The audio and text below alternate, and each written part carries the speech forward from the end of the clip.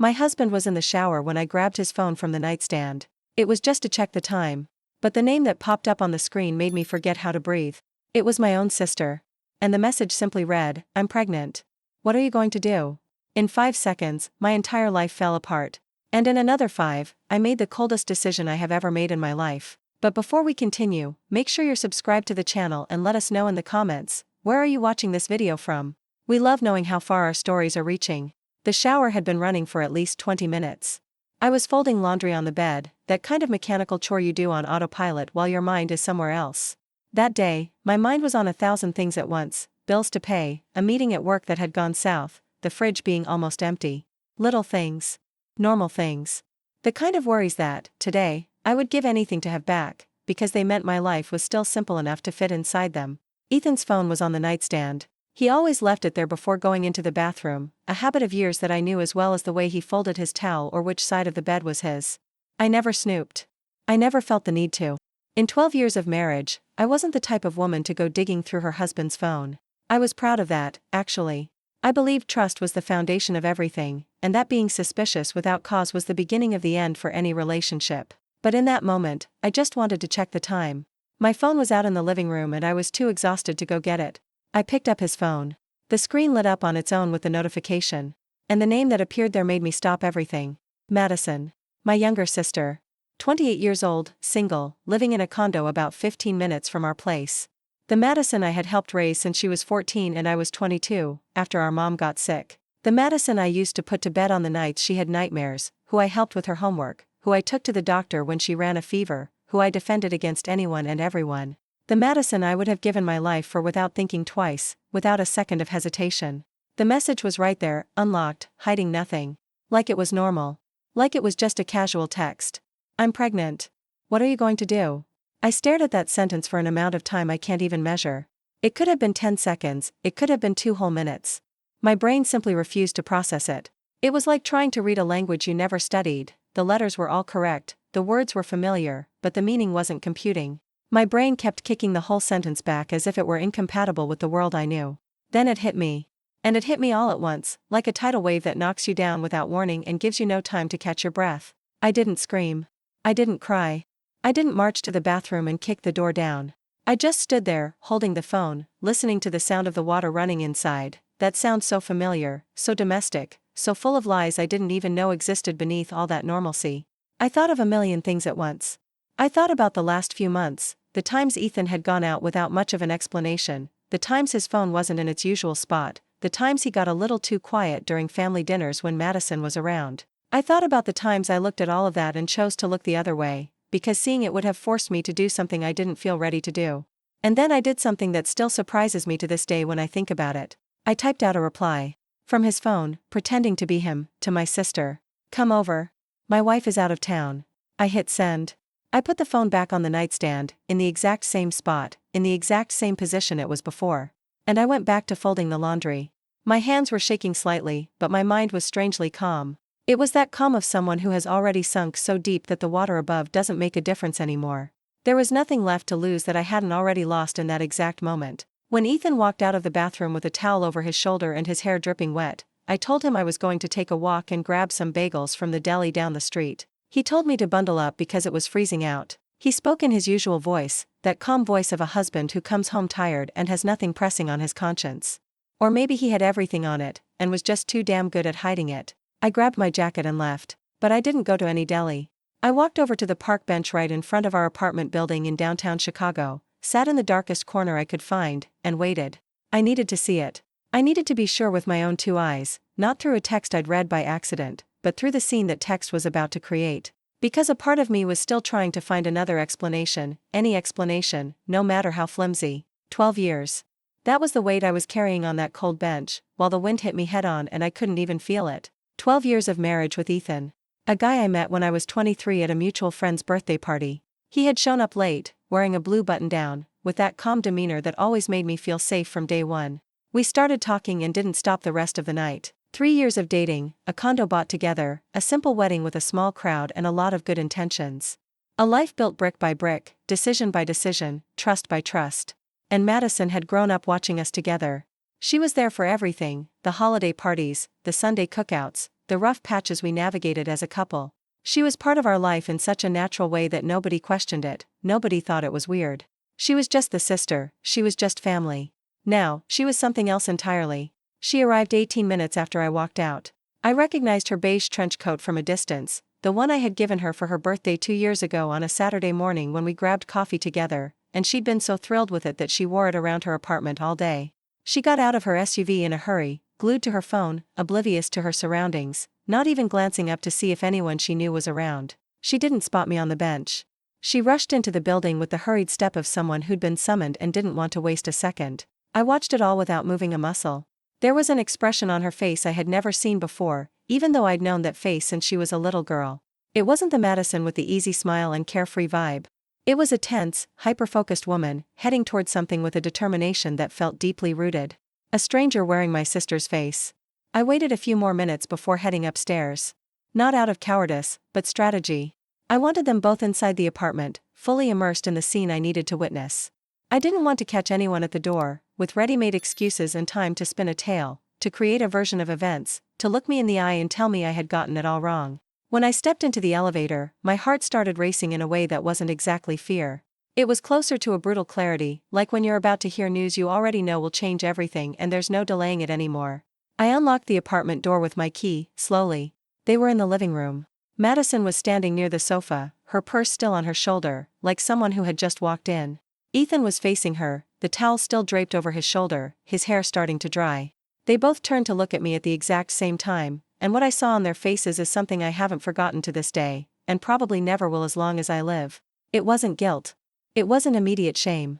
It was pure, unadulterated panic. The kind of panic of someone who's been caught in a dead-end alley and is still desperately trying to find a way out, scanning the room with their eyes for any door that might still be open. I stood frozen in the entryway for a full second. Then I dropped my purse on the console table, walked into the living room with slow, deliberate steps, pulled up a chair, and sat down, calmly. Hands resting open on my knees, back straight, staring right at them, alternating my gaze. Like this was a board meeting I had called, not them. The silence that settled in the room was too thick for words to break without effort. Neither of them said a thing. They just stood there, like they were waiting for a sentence I hadn't yet handed down. I was the one who spoke first. I asked Madison, in a completely normal, almost curious tone, how far along she was. She blinked a few times, like someone trying to figure out if she was actually hearing what she thought she was hearing. Her mouth opened, closed, opened again. Then she answered, her voice barely a whisper, that she was almost 2 months pregnant. 2 months. I did the math in my head, and the numbers hit me in the chest like a physical blow. 2 months ago, Ethan and I had gone out to dinner for our anniversary. He had come home with flowers, my favorites, the ones he knew by heart since our very first date. He'd ordered a bottle of wine we only drank on special occasions. He'd held my hand across the table and told me he loved me in that specific way he does when he really wants me to believe it. 2 months ago, while he was planning that dinner, while he was picking out the flowers and the wine, Madison was already pregnant with my husband's child. I felt something shatter inside my chest, but I didn't let it show. Not there, not in that moment, not in front of them. There was a part of me that knew if I let it out right then, I'd never be able to glue the pieces back together the right way. I looked at Ethan and asked, still using that weirdly controlled voice, if he had anything to say. He opened his mouth, closed it, opened it again. He said things had happened by accident, that it wasn't what it looked like, that he needed to explain it to me calmly, that there was a whole story behind it. It wasn't what it looked like. 12 years of marriage, and that was the best explanation he could muster.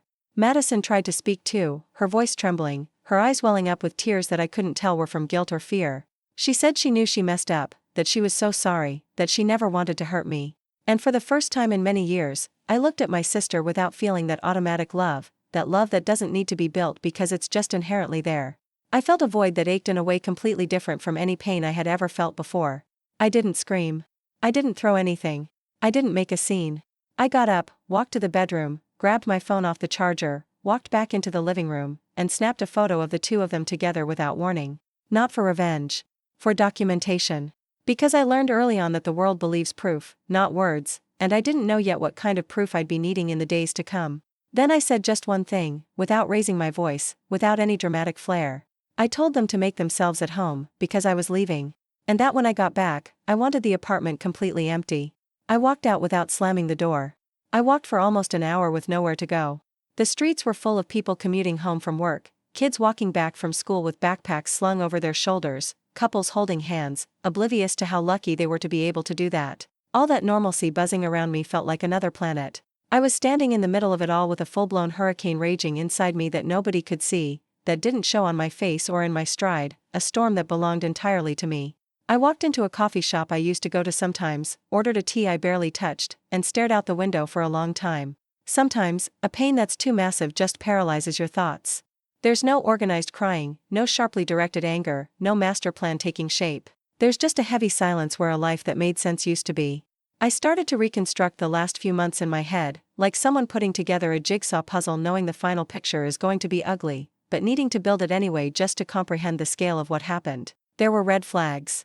Of course there were. There always are, and we always choose not to see them because the comfort of what we know is worth more than the truth that will tear our world apart, at least for as long as we can keep up the charade. There was a night Ethan came home late with a lame excuse about working overtime. There was a Saturday afternoon where he said he was going to fix an issue with his truck and vanished for 3 hours. There were the times his phone would disappear from its usual spot and magically reappear in his pocket, even when we were just hanging around the house, never stepping outside. There were the moments I'd look at him during a family dinner and he seemed completely zoned out, his eyes drifting to a spot I could never quite track down. There was one specific night that now came rushing back with agonizing clarity. Madison had come over for dinner, and the two of them stayed out on the balcony talking after I had gone to bed. I woke up in the middle of the night, his side of the bed was empty, and when I asked him about it the next day, Ethan said he had stayed up watching Netflix on the couch after she left. I bought it without a second thought. I went back to sleep. I moved on as if nothing had happened because nothing had happened, in the version of the story I chose to believe. We believe what we want to believe, because the alternative is just too devastating to face head-on before we're ready. But there was something that disturbed me far more than the betrayal itself, more than any detail I kept recalling. It was the fact that she wasn't some stranger. She wasn't some coworker I'd never met. It was Madison. The girl I had practically raised. The one who crawled into my bed when she had nightmares and woke up terrified at 3 a.m. The one who called me crying before making any major life decision because I was the very first person she thought of. The one who sat in the hospital waiting room when I had a miscarriage years ago, staying by my side for hours without saying a word because she knew there was nothing to say, just her presence was enough. That Madison. I couldn't reconcile those two versions of her into one person, and that impossibility hurt in a way that Ethan's cheating, on its own, just couldn't. When I finally got back to the apartment, it was empty, just as I'd demanded. But there was a note from Ethan folded up on the coffee table. Tiny handwriting, 3 lines saying we needed to talk, that he didn't want to throw our marriage away, that we had 12 years of history that couldn't just end like this, without at least a real conversation. I folded the paper, tossed it in the trash without reading it a second time, and went to take a shower. I didn't sleep at all that night. I lay in bed staring at the ceiling, listening to the hum of the apartment that suddenly felt way too big and way too quiet at the same time. Every object in its place, every framed photo on the wall, every little decor detail we had picked out together now felt like props on a fake movie set, elements of a scene I had believed was real for 12 whole years. I thought about my mom. She had passed away 6 years ago, after a long battle with an illness that taught us things neither of us would have ever chosen to learn. Before she passed, she asked me for one thing with the very last bit of strength she had. She begged me to take care of Madison. She said Madison was more fragile than she let on and needed someone to keep an eye on her. I had promised. I had carried that promise like it was sacred, like it was the last tether connecting me to the woman she had been. And now I had no idea what to do with that promise anymore. Over the next few days, I tried to function as if the world was still spinning on its normal axis. I went to work every day. I answered emails, sat through meetings, said good morning to people in the hallways. I forced myself to eat something at every meal, even when I had zero appetite. I slept terribly every single night, but I slept. On the outside, to anyone looking from a distance, I was exactly the same. On the inside, it was like walking around with a gaping hole in my chest that the wind blew straight through, non-stop, freezing me from the inside out. Ethan tried calling me dozens of times that week. I didn't pick up once. He texted me saying we needed to talk like adults, that there was too much at stake, that he couldn't sleep, that he was stuck in some hotel overthinking everything. I read every text and left them on read. Not because I didn't have anything to say, but because I knew that if I cracked that door open even an inch, he'd barge in with all the excuses he'd been rehearsing during the silence, and I wasn't ready to sit across a table and listen. Madison never reached out. That silence told me plenty, way more than any text message could have. On a Thursday night, I drove over to my oldest friend's house, the only person in the world I trusted enough to tell what happened without any filters. I sat at her kitchen island, drank the coffee she brewed without asking what I wanted, and spilled everything. From start to finish, without skipping a single detail, without sugarcoating a damn thing. She listened to me without interrupting once. When I finished, she sat in silence for a moment, staring at the mug she also wasn't drinking from, and then she said something that stuck with me in a way very few things do.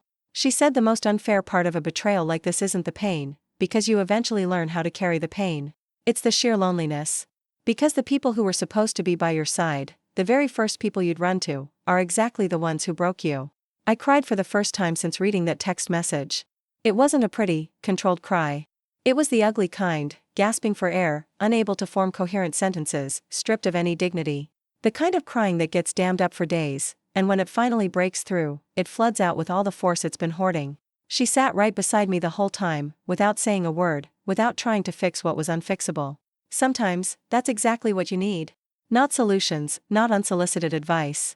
Just a presence that doesn't walk away. I went home that night feeling a little less alone, but with a clarity I hadn't had before.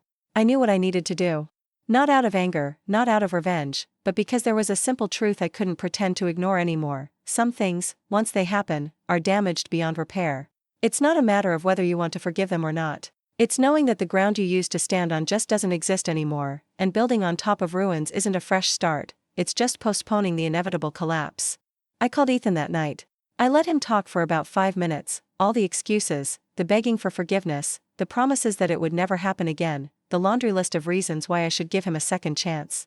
I listened to it all without cutting him off. When he finally finished, I said exactly one thing. I told him I was retaining a divorce attorney the following week. The silence on the other end stretched on for a few long seconds. Then he begged me to reconsider, told me not to make rash decisions in the heat of the moment, that 12 years meant something, that we could work through this. I told him that 12 years was exactly why this wasn't a decision made in the heat of the moment. It was the coldest, most clear-headed conclusion of my entire life. I hung up without waiting for a reply. I went to sleep that night with that strange sense of lightness that comes when you finally make a decision you've been putting off for way too long. 2 weeks later, my aunt called me. She lived a few states away, but somehow the gossip had reached her, through that twisted grapevine family drama always seems to find. She said she had spoken to Madison, that she was devastated and terrified, that her pregnancy was high risk, that she was sitting alone in her condo with nowhere to turn. She asked me, in that tone that tries to sound neutral but fails miserably, if I was going to help her. I stayed quiet just long enough so she'd know I was heavily weighing my words before answering. My aunt is a good woman. But she's the type who believes family handles everything behind closed doors, that dirty laundry never gets aired out, that a scandal is always worse than the sin that caused it. She wasn't wrong for being wired that way. She was just wrong for thinking it applied to every single scenario without exception. I told her I loved Madison. That I was going to keep loving her, because raising someone for 14 years doesn't just evaporate with a betrayal, no matter how catastrophic. But loving someone is not the same thing as lacking boundaries with them. And the baby growing inside my sister belonged to my husband, and this was not a situation where I was obligated to swoop in and play the supportive sister like nothing had happened. My aunt told me I was being harsh. I replied that I was being honest, and that sometimes the two look exactly the same to people who would rather turn a blind eye. But at the end of the call, after a long stretch of silence, she said something that caught me off guard. She said she understood. That if she were in my shoes, she wasn't sure she'd have it in her to act any differently. That brought me a sense of relief I really wasn't expecting. In the days that followed, I started gathering the paperwork for the divorce with a meticulousness that frankly surprised me. I pulled bank statements, tracked down dates, organized receipts, and put everything neatly into a binder. I went to see the attorney my friend recommended, a woman with a calm voice and a direct gaze who didn't cast any judgment while she listened. I gave her the necessary facts. She broke down the legal process without any confusing jargon, what I was entitled to, what would drag out, what was straightforward. I walked out of that law office holding a folder and feeling that familiar lightness, the relief of someone who has made their call and no longer has to carry the dead weight of indecision. Ethan was formally served via email, just as the lawyer advised. His initial reaction was sheer disbelief, which morphed into anger, and finally, another pathetic attempt to negotiate that followed the exact same script as the others. Once he realized there was no negotiating to be done, he went completely silent. And in his silence, I read something that stung in a completely new way. I read relief. Because someone who truly loves you doesn't feel relieved when they lose you. They feel a bottomless desperation. And his desperation clearly had a very low ceiling. Those were long, erratic weeks. There were good days, where I woke up with some mental clarity and managed to crush it at work, chat with people, and feel like there was a whole world out there beyond this mess. And there were brutal days, where my very first thought in the morning was that text on his phone, and the grief would crash over me before I was even fully awake, settling into my bones before I could brace myself for impact. Life didn't hit pause. Work didn't hit pause. The world didn't stop spinning just because mine had shattered. There was a certain cruelty in that, but also a lifeline that I would only come to appreciate with time. The divorce was finalized way faster than I had anticipated. Ethan barely contested a thing. I think there was a guilt gnawing at him that couldn't find any other outlet except refusing to fight for things that were never fully his to begin with. He came by the condo to pack his personal belongings, left his keys on the counter on a Tuesday afternoon when I made damn sure I wasn't home, and walked out like a man who knows he has absolutely zero valid arguments left to make. I kept the condo, which was rightfully mine. But the silence he left behind took a lot longer to fill. There is a highly specific kind of loneliness that sets in after a long marriage dies, one that's completely different from any I'd ever experienced. It's not the loneliness of someone being on their own for the first time. It's the loneliness of someone who was so used to having a presence beside them, even a flawed one, even an overly quiet one, and suddenly realizing that space was occupied for so long that the absence itself has its own suffocating weight. The empty side of the bed. Morning coffee with no one to talk to. Weekends stretching out with no shape or routine. I functioned. I went to the office, hung out with friends, kept the place clean, watered the plants, got groceries. But there was an autopilot running the show for a good while, and I was fully aware of it, and I just let it take the wheel because it was a hell of a lot better than the alternative. Madison went into labor at 7 months, way earlier than expected. There was a complication that terrified everyone. The baby was stuck in the NICU for weeks. I heard about all of this through the grapevine, since we still weren't on speaking terms, and every update reached me a day or two late, filtered through the same relatives who were desperately trying not to get caught in the crossfire. When the news finally reached me, I froze for a minute just taking it in. It was a boy. He was out of the woods, healthy despite the terrifying start, thriving in the incubator. I can't accurately put a name to what I felt in that moment, because it was way too complex for just one word. There was genuine relief, because the baby was completely innocent of all the wreckage the adults had caused. There was a dull, heavy sadness over how this new life was beginning, under circumstances he never asked for. And there was something else that took me a long time to finally admit to myself. I missed Madison.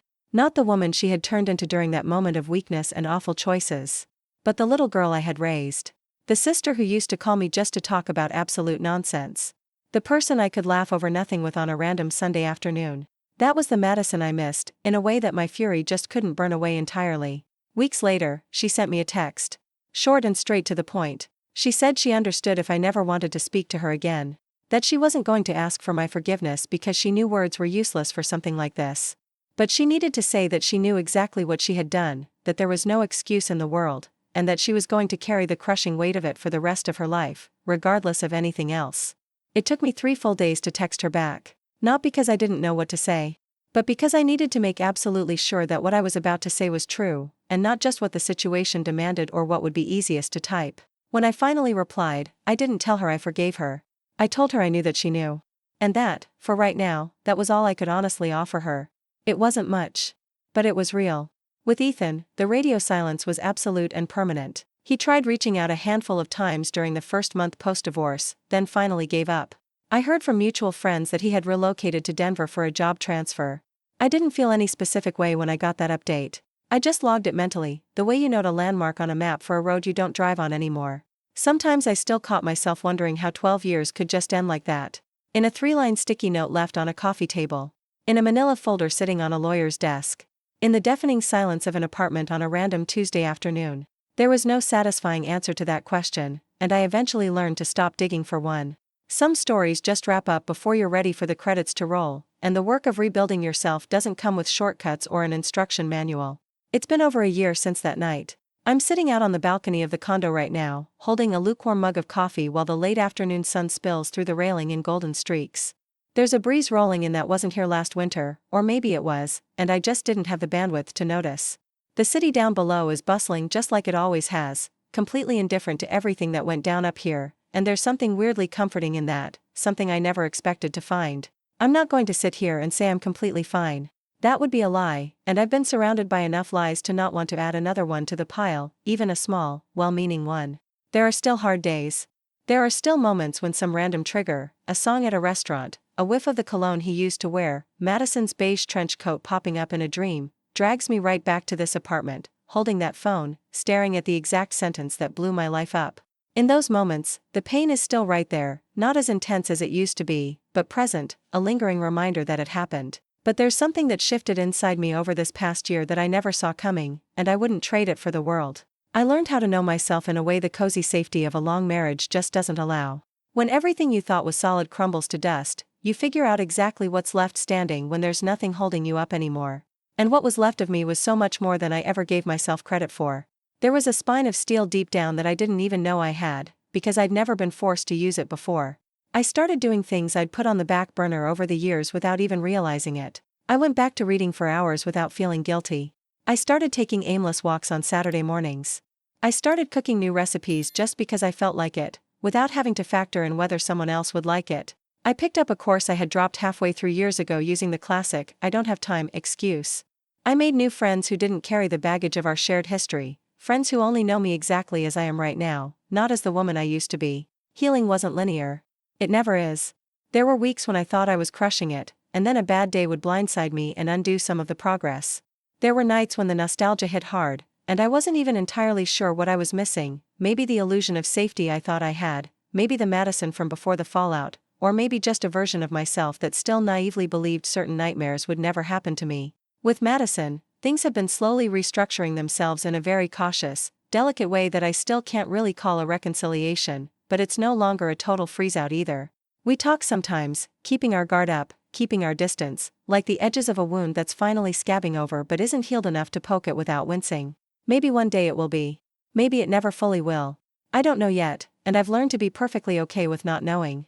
The little boy is doing great. My aunt tells me he's growing fast, totally healthy, with that boundless, exhausting energy toddlers seem to have an endless supply of. When I think about him, which happens a lot less frequently than it used to, I feel something I still haven't quite figured out how to name. He didn't ask to be born into this mess. No kid does. And any anger or judgment I harbor toward the adults involved will absolutely never be aimed at him. As for Ethan, I finally just let him go. No grand final speech, no dramatic closure. I simply released my grip, in a way that happened so gradually I didn't even realize I had done it until one day it was just a fact. Some people you have to cut loose not because they didn't matter, but because holding on to them means holding on to the agony they caused, and at some point, you have to choose peace. He mattered for 12 years. That's a fact, and it doesn't just get erased. But it also doesn't define me anymore. What I took away from all this wreckage doesn't fit neatly onto a bumper sticker. But if I had to boil it down to one absolute truth, I'd say I learned that the ultimate betrayal isn't what someone else does to you. It's the betrayal you commit against yourself when you purposely choose not to look at what's right in front of you, just because you're terrified of what you'll find on the other side of that truth. I chose to look the other way for a very long time. And when I finally opened my eyes, I didn't shatter into a million unfixable pieces like I thought I would. I stayed whole. Brutally bruised, absolutely, but whole. The sunlight spilling across the balcony was shifting colors now, turning a deeper orange, dipping lower, that hyper-specific sliver of late afternoon that only lasts a few minutes before fading into dusk. I sat there watching it without moving. It shows up every single day, right on schedule, casting those exact same streaks, never asking permission, completely unbothered by whatever tragedy played out inside these walls. It just shows up and does what it does. There is a massive, overwhelming sense of freedom in realizing that life keeps moving forward, not in spite of you, but right alongside you, even when you aren't ready, even when you're still drowning in the process of trying to make sense of what just happened. Starting over doesn't mean hitting delete. It means learning to take what happened and put it right where it belongs, in the past, to clear out enough space for whatever is coming next. And that next thing will arrive unannounced, without asking permission, with absolutely zero guarantees, which, ironically, is exactly how the best things in life tend to show up. I took one last sip of my coffee, which was ice cold by now but still tasted like coffee, and sat there a little while longer, watching the light before it finally slipped away. Now, if you liked this story, hit that subscribe button, and tell me in the comments, which part made your jaw drop? Oh, and don't forget to become a channel member to get access to exclusive videos I don't post here. See you there.